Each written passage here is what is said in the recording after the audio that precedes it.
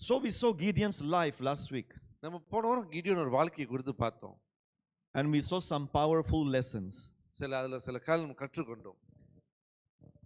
We saw how God picked up a guy கர்த்தர் எப்படி ஒரு மனுஷனை தெரிந்து கொண்டாரு, who had a very low self-esteem. எப்படி அவர் குறித்து தாழ்மையை யோசிக்கிற ஒரு மனுஷனை குறித்து. You all remember? உங்களுக்கு நினைப்பு இருக்குல்ல? God, it feels very strange to see Nish and Ash sitting there.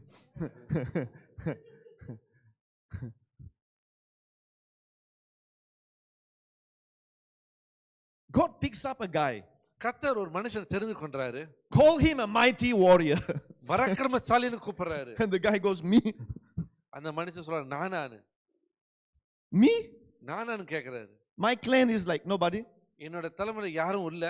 I'm the least in my clan, in my tribe. என்னோட சந்ததியில ரொம்ப சின்ன ஒரு சந்ததி நாங்க. And you call me mighty warrior. இருந்தாலும் ஆண்டவரே நீ எங்களை பார்த்து பராக்கிரமசாலின்னு கூப்பிடுறீங்களா?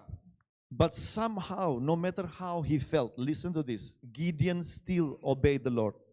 ஆனா எப்படி அவர் யோசிச்சிருந்தாலும் சரி, கடைசியில கர்த்தரோட வார்த்தையை கீழ்ப்படிறார். On matters that were very, very sensitive matters. ஒரு ரொம்ப முக்கியமான காரியத்துல இருந்த கூட God said, look, I'm going to give you the enemy.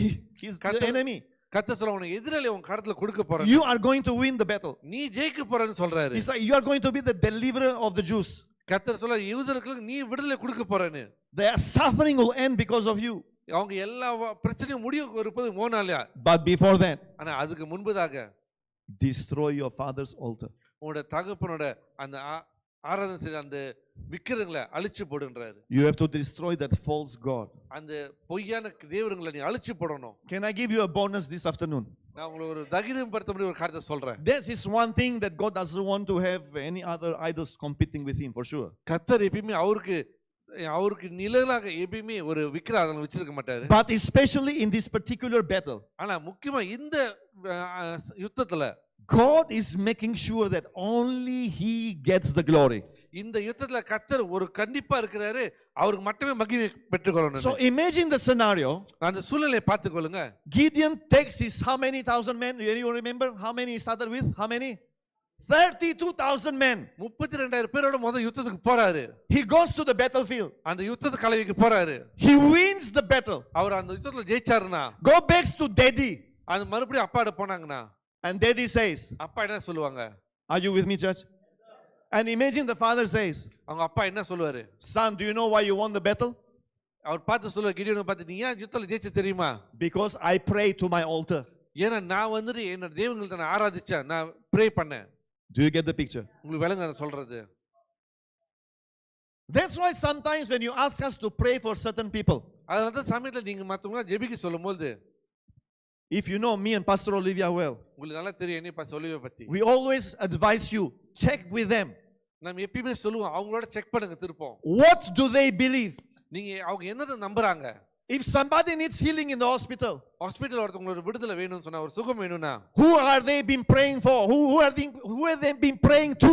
அவங்க எதற்காக ஜெபிச்சிட்டு இருக்காங்க? யாரக்கிட்ட ஜெபிச்சிட்டு இருக்காங்க? Because if I pray to my Jesus, நான் வந்து இப்ப இயேசுகிட்ட ஜெபிச்சனா, and the person gets healed, அவங்க சுகம் பெற்று கொண்டதுக்கு அப்புறம், and they say, oh, it was my goodness of mercy, அவங்க போய் சொல்லுவாங்க, நான் என்னோட தேவனை ஆராதிச்சேன், this God and that God, இந்த கடவுள் எனக்கு சுகத்தை கொடுத்தாரு. so who is getting the glory?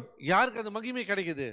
Jesus heals the person, இயேசு சுகத்தை கொடுக்கிறாரு, but the glory goes somewhere else. ஆனா அந்த மகிமை வேற ஆளுக்கு போகுது. So these things you have to be very fast, very காரியத்துல smart. ரொம்ப கவனமா இருக்கணும். You must have wisdom, உங்களுக்கு ஞானம் இருக்கணும். you must have discernment. அதை பத்தி நீ யோசிக்க கத்துக்கணும். Can we pray for people? Yes. ஆளுங்கள ஜெபிக்க முடியுமா? ஜெபிக்கலாம். Make sure they know you are praying in the name of Jesus. அவங்களுக்கு கண்டிப்பா தெரியணும் நீங்க இயேசு நாமத்துல ஜெபிக்கிறீங்கன்னு. So when the miracle happens, எப்ப அந்த அற்புதம் நடக்குதோ, glory goes to Jesus only. அந்த மகிமை எல்லாம் இயேசுக்கு மட்டுமே பெற்றுக்கொள்வாங்க. That's what God was doing with Gideon. அதுதான் இயேசுவானவர் கிடியோன் வாழ்க்கையில செஞ்சாரு. He said the battle is yours, no problem. அவர் இயேசு கடவுள் சொல்றாரு, இந்த யுத்தம் உன்னோட, the victory is yours, அந்த ஜெயமானது உனக்கு, but your father's altar has to be removed. ஆனா உங்க அப்பா ஆராதிக்கிற தெய்வங்களை நீ அழிச்சு போடணும். முத sensitive issue, இது ரொம்ப சென்சிட்டிவான காரியம், very offensive, இது ரொம்ப பேர் கோச்சுக்குவாங்க, but it's a matter of life and death. ஆனா இது மரணமா உயிரோட சாவாங்கிறது, வாழ்வா சாவாங்கற முடிவு எடுக்கிற நேரம். In other words, அடுத்த வார்த்தையில, by the fact that Gideon obeyed this command before even going to the battlefield, Gideon இந்த வாழ்க்கையில அவர் இந்த இந்த கட்டளைய முதல்ல கீழ்ப்படுகிறாரு, யுத்தத்துக்கு போறதுக்கு Don't முன்னாடி. miss this. இது இழந்துராதீங்க. He was fixing the spiritual side of the matter first. ஆவிக்குரிய வாழ்க்கையோட காரியங்களை சரிப்படுத்துறாரு. Before even gathering the 32,000 men, இந்த 32,000 பேரை கூப்பிடுறதுக்கு முன்பதாக சரிப்படுத்துறாரு. he had to fix this altar, this family altar. இந்த ஆராதனை செய்யற இந்த விக்கிர ஆராதனை சரிப்படுத்துறாரு. If you don't get this, I feel sorry for you. That's how important altars are in a family. இந்த காரியத்தை நீங்க பெற்றுக்கொள்ள ரொம்ப கஷ்டப்படுவீங்க. ஏன்னா இது அவ்வளவு முக்கியம். ஒரு ஆராதனைக்கு, ஒரு விக்கிர ஆராதனைக்கு சம்பந்தம் என்ன If இருக்கு? there is so much division in the family, குடும்பத்துல நிறைய பகுதி if இருந்துச்சுன்னா, there is so much fights in the family, குடும்பத்துல நிறைய சண்டை நடந்துச்சுன்னா, mark my words, என்னோட வார்த்தையை குறிச்சு கொள்ளுங்க. there is an all wrong altar somewhere in the family. அப்படின்னு என்ன அர்த்தம்னா தவறான ஒரு விக்கிர ஆராதனை அங்க இருக்குன்னு அர்த்தம். Once the altar issue is settled, அந்த பலிபீடம், அந்த விக்கிர ஆராதனை பலிபீடம் சொல்றதை சரிப்படுத்தணுமா, the family will be okay.